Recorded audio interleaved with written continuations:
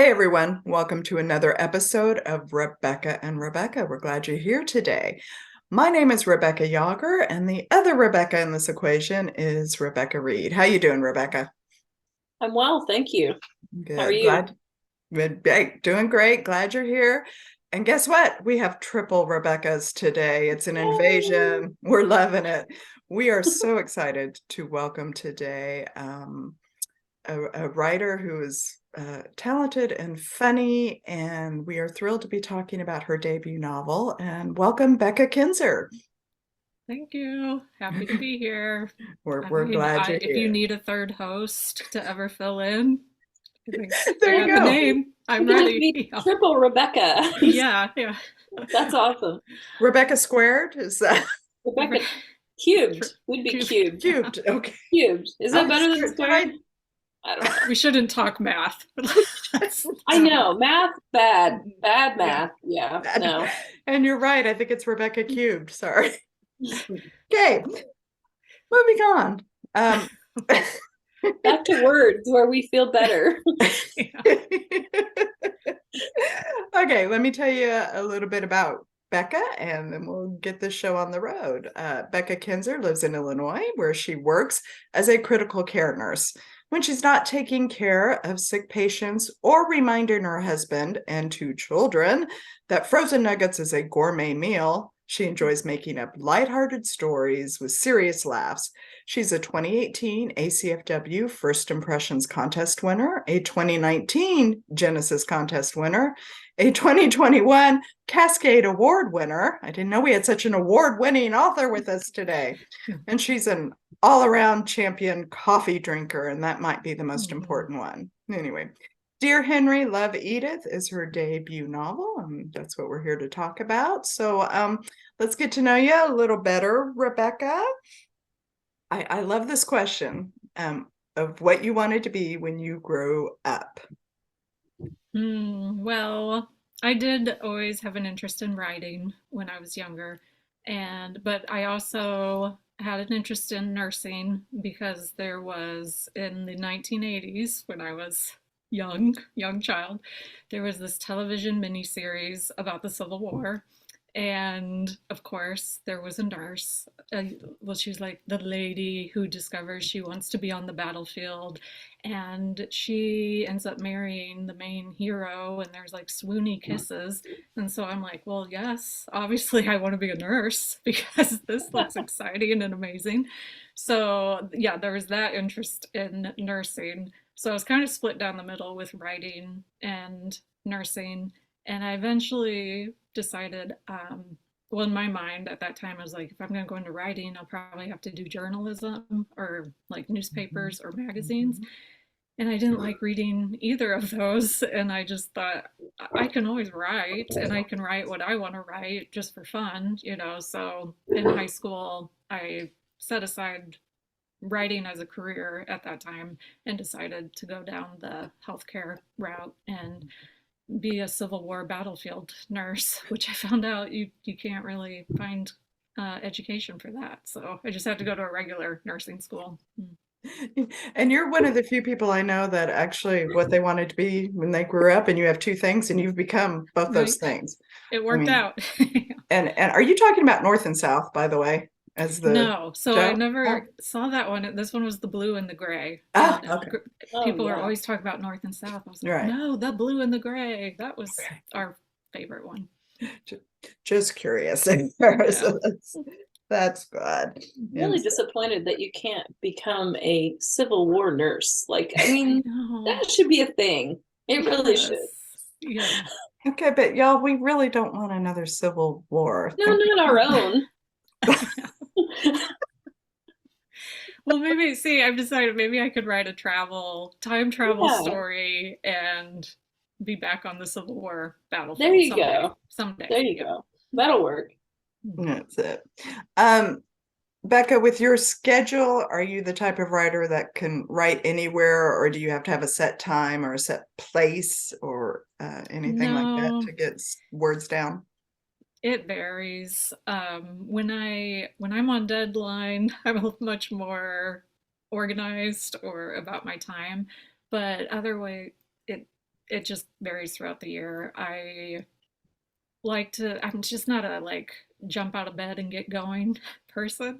So on my days off, kind of like to ease into the day, and then it's like usually maybe late morning. It's like, okay, time to get something written.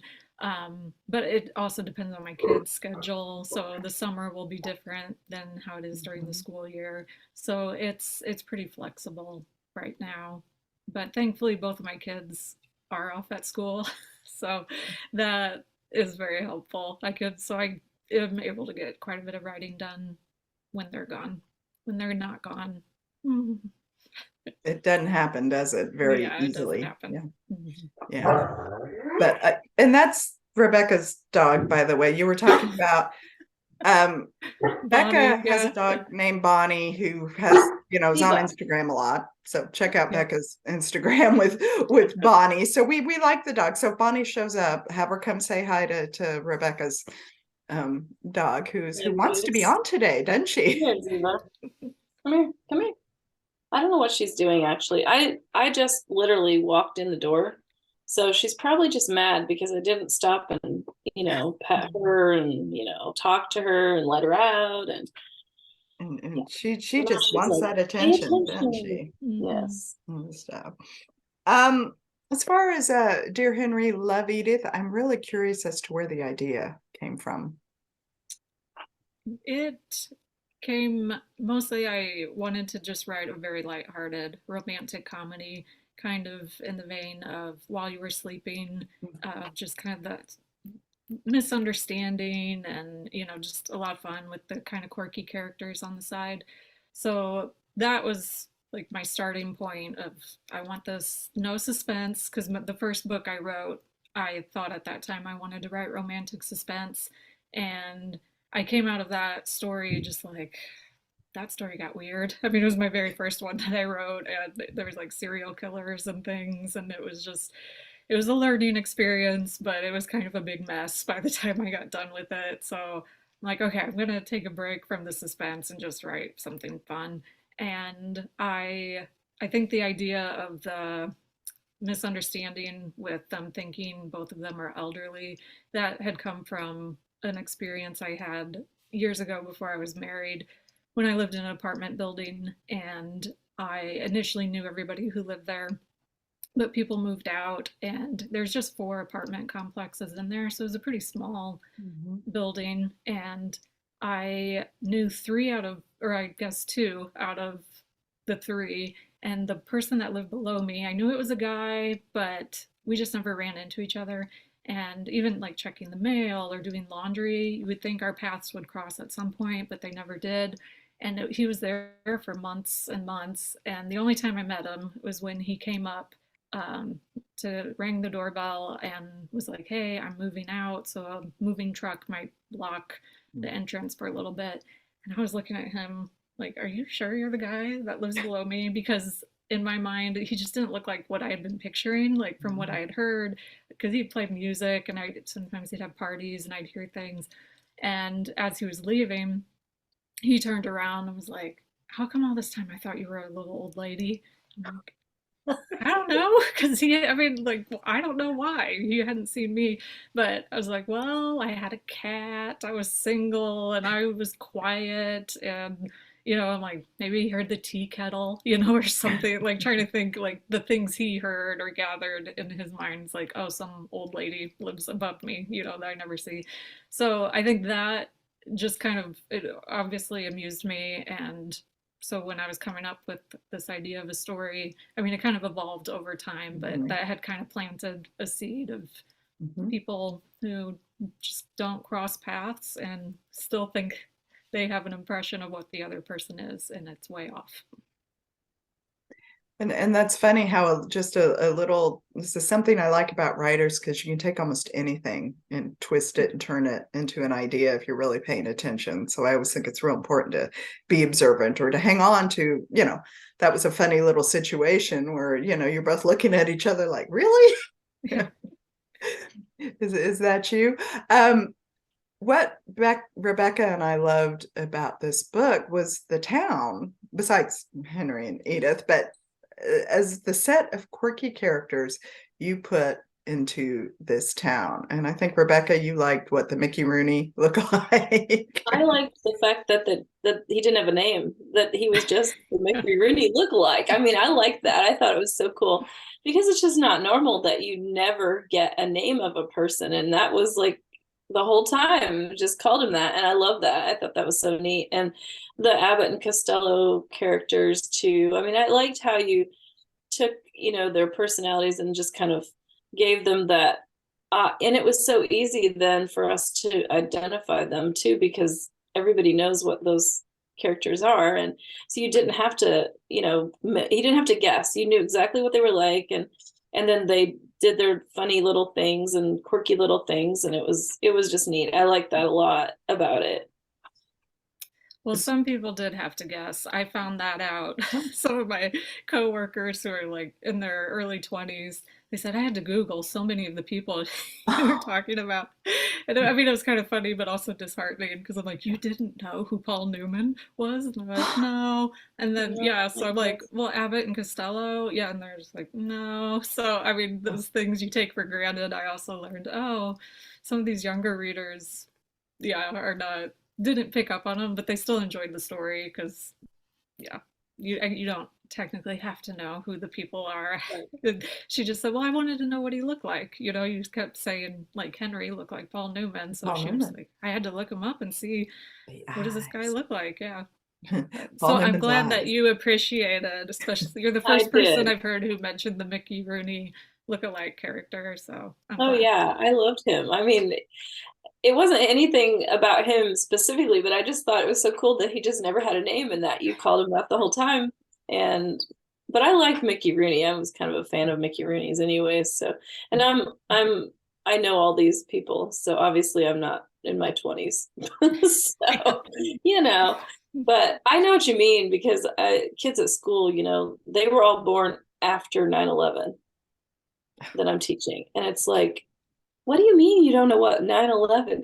Like you don't have Mhm. that, they don't have that firsthand experience. And it's so strange to think about that when I can remember exactly, where I was, what I was doing, and then like the Challenger explosion and all those like moments that, you remember. So, I mean, these characters that are, from a little bit older movies and things, if people aren't into old movies, I guess it makes perfect sense. They're not going to know necessarily who all those characters are. Yeah. So So, was your town and some of those characters based on other people you had met um, throughout your So growing up? well, with you, the other Rebecca talking, about I never gave him a name. I mean, I didn't purposely, I think, do that in the story, but thinking about it, I work at the hospital and it's a pretty good sized hospital and there's a lot, so you're coming into contact with a lot of people and you just you don't learn everybody's names. And we have just kind of descriptions of like, oh, the angry Russian echo lady just came, to take your patient. And like, you just have descriptions. And so, I mean, not saying that that's necessarily a great thing, but sometimes, yeah, just I think in Edith's point of view, I mean, if you're only going to be in a town a short while, you're not there to like, I want to learn every single person's name. You just have like, oh, there's the Mickey Rooney look-alike, and there's, the Abbott and Costello guys. So that's funny. I didn't even think about that till you brought it up. But No, but there has to be a way in your profession to identify patients and, yeah. and people and visitors even, No. I would Oh, think. but I guess you asked about the town. I was Yeah. gonna go back to your question. So my hometown, I didn't really necessarily base the town in Dear Henry Loved Edith off of, but my mom's hometown was about 15 miles away, and it was even smaller. It was probably more the size of this town, and it's where my grandma still lived, while I was growing up. And I always, nothing against my own hometown, but I always had more like warm, fuzzy feelings of this other town. Cambridge is the name of it, partly because it's grandma. I mean, you go over there and it's grandma's house, and it was just from maybe because I didn't grow up there. It was just a happier, like, oh, I loved going to that town. And my mom had two sisters who were twins, and they were just funny. They were the type, that just knew everything that was going on in town. Like they, even when they moved away, they still got the Cambridge Chronicle and the newspaper and followed everything. So I mean, it's just growing up, hearing them talk about, oh, this is happening with so and so, and did you hear about the Golly Boy, and things. It just, Mhm. I know it had an impact on how I created this town and Mhm. some of the characters, um, and then going back to like some of the patients that I've come in contact with are just quirky people. You just meet a lot of people that are of all walks of life, and I love the quirky ones. So anytime I meet a quirky person in real life, it's like I'm logging all this whole interaction in my brain, and I know it comes out in my writing. That's, again, nursing, who knew nursing would be so beneficial to writing and creating characters. I just want to know if you actually know someone who has the scone recipe that Julie, the bakery, kept making, Mm, because it makes well, me probably, very hungry. yeah. I used to, I haven't made it for a few years, make cinnamon chip scones that as my husband says, this is just your excuse. You're basically eating cookies for breakfast. And like, it is technically called a scone. So Yeah. yeah, I think it was kind of that. It's like, the scones are good. So, and I'm not a Yeah. big baker or a cook. So I was like, I know how to make a few things and I'll put it in the book, scones. Yeah, scones. Well, you Yeah. share the recipe. So, So she was starving afterwards. The whole time I think she was reading it, she was craving the scones. it's funny because I'm not a big sweets eater. I like Hmm. crunchy, salty things or cheese. So to the scones made me hungry, but I liked the atmosphere because I could almost picture myself in that town, showing up with my computer to sit there and write for an afternoon, watching the cat and watching the activity and eating a scone, and lots of coffee too to do that. So it was very relatable, to me in that sense. So um, I liked what you said, and we do a little questions ahead of time just so I can get to know you a little better. Your writing advice that helped you improve as an author, and you talked about learning who your characters are, and again, going back to your nursing and everything else, I think it is your character development is strong in this, and Mhm. that has helped you keep going with your writing. Yeah, one of the first contests I entered with that very first story, that was a disaster. We entered, it was for the Genesis, and I entered the first 15 pages, and, I got really good feedback about the dialogue and the banter, but one common thing was the judges were like, but I don't know what your character wants. Like, and in my mind, it was like, well, she just wants, a better life, or, I mean, it was just too vague. And so that was one thing that was really like, your character really has to want something and make it clear. And even if it's just in that scene, it can change later. So that bit helped. And then hearing the bit of advice of asking yourself, what can your character do at the end that they couldn't do at the beginning, is one of my favorite ways to brainstorm or to really see, has my character changed? Are they the same person that's just gone through the story? So those are two questions that have really helped, yeah, with my character growth and Mhm. writing. Well, Yeah. it worked really well. I thought I loved how much they did change. And I thought, there was a kind of a time when we sort of alluded to it in our um, review, but there was a time where I was like, oh, okay, I got it. I know what's going to happen. And then it totally didn't. So that was really awesome. I mean, you did a really good job, but it wasn't unbelievable. It was totally uh, unexpected, but very awesome. I just thought the way you handled the ending and like, or the part right before the ending. I'm trying not to give spoilers here, so it's like hard to explain, but we really both enjoyed the ending, the way you handled it. And it made it even, I think what I liked about this story was that it was a rom-com with all the humor and all of the, misunderstandings and all of that, but yet it was still very deep. It wasn't just a surface level, let's have a good time. There was a lot going on with your characters, and they had issues, and they had things they had to work through. And that little twist, I think, was just exactly what they needed, to really pull it all together. And I just really enjoyed that. Well, I do have to credit my editor with some of the way the ending um, happened. Again, I don't like you, I don't want to give away too much, but I mean, I wrote it initially in a way where I thought this is how it should end. I think like how a reader would expect it to end. Okay, And the more thankfully, traditional kind of yeah, and yeah. thankfully my editor was just like, why? You know, like, why are you doing this to this character? Like, and so it made me, okay, like, it's okay to, yeah, write it. What do you want, for the characters? So again, it's hard to Yeah, give it's very go into hard. detail, but I'm thankful for editors, and I'm thankful that they make you take a second look or question and not just do what you think should happen, but actually like what's the best story here. Hmm. Well, your editor did a good job, Yeah. and you did a good job of like realizing their vision or whatever, that because there's a sometimes that's somebody can say, well, you need to do something, but figuring out exactly what to do sometimes is also very difficult. So you did a fine job of figuring that out, because the ending was very satisfying to me.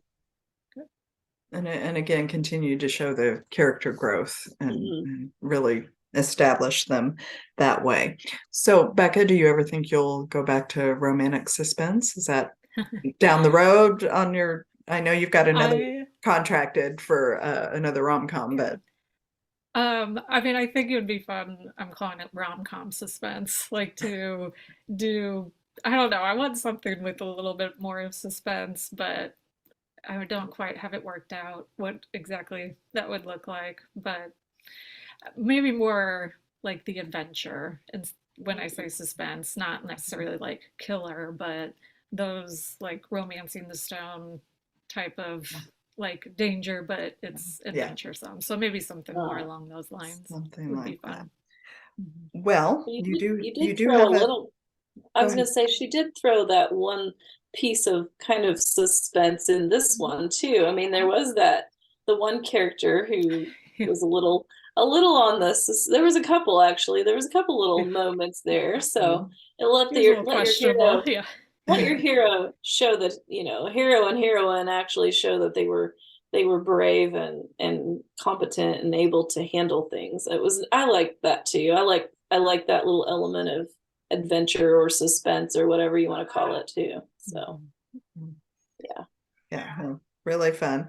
Um, we are excited to say that you are contracted for another book coming out next year, and the title is Love in Tandem, another rom-com. And I have to confess, I read an early draft of this, so I really am excited to see the changes that have come about in this book. But is there anything you can tell us about Love in Tandem? It is very loosely, emphasis on loosely, based off a trip my husband and I took before we were married. It was the summer before he proposed. We rode a tandem bicycle on down the Natchez Trace. We started in Nashville, and we ended up in Baton Rouge. So it was a little over, I think, 500 miles. But so a lot of some of the experiences in the book come from ours. Of course, I mean, like I said, loosely based. What these characters, why they end up doing it is very different than why we did it, because my husband was just like, you interested? And I was young and in love and was like, okay, yeah. So, but it was a lot of fun. And thankfully, he had taken some notes on the trip. And then when I got back, I wrote a lot of journal entries about it. And so this trip has now been like 14 years ago. But so it was fun reading through some of my journal entries about the trip when I was working on the story, and able to use like what we'd used for our map and itinerary of certain places we stopped that I could mention where these characters stopped. So it it was fun. It's been a lot of fun. Right now, we're in the editing stage. Kind of the big picture edits are done. So now we're getting more into the tweaking, smaller stage. So it's back in my editor's hands at this moment. So I'm just kind of, you know, in limbo till I get it again. Usually how it works, but that should be fun. And any reader who thinks fiction is not based on any kind of truth or real life, here to tell you, I think fiction is sometimes more true to real life than it gets credit for on all that. So that is coming out in 2024, Love in Tandem. Right. But meanwhile, I think readers, if they want to know more about you, need to go to your website, which is Becca Kinzer, KINZER.com. Sign up for your newsletter because you give away, and you're really good with this, a lot of freebie short stories and short pieces. And so people can get a taste of your writing just by signing up. Yeah, one of my friends, I sent out one today, a short story. So talking about coming from true life, one of my friends was like, hey, I want royalties on your short story, because this was like a conversation we had. I was like, I will be glad to give you a cut of this free story that I just provided, to everybody. But yeah, I had given her a heads up. I was like, just so you know, you're going to recognize a lot of things in the short story I sent out today. But that's always fun. Rebecca, do you have any other questions, any other comments about Dear Henry, Love Edith, which we gave a glowing review for?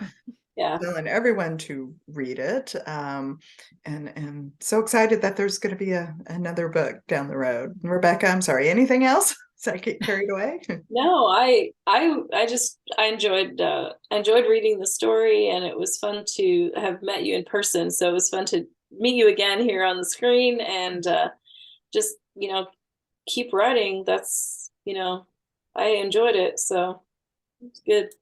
Thank you. That's good. Well, we'll look forward to more from Becca Kinzer. Again, her web address is beccakinzer.com. That's pretty simple.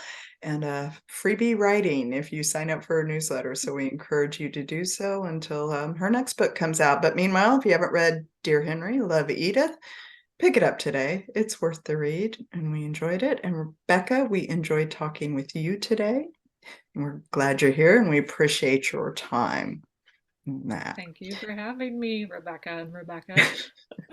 Hey, triple threat Rebecca's. I love it. Yes. So, next time we are going to be talking to Gabrielle Meyer, all right, on that, and reading her latest book that comes out in May. So we look forward to seeing everyone then, and we thank you for being here today. Bye.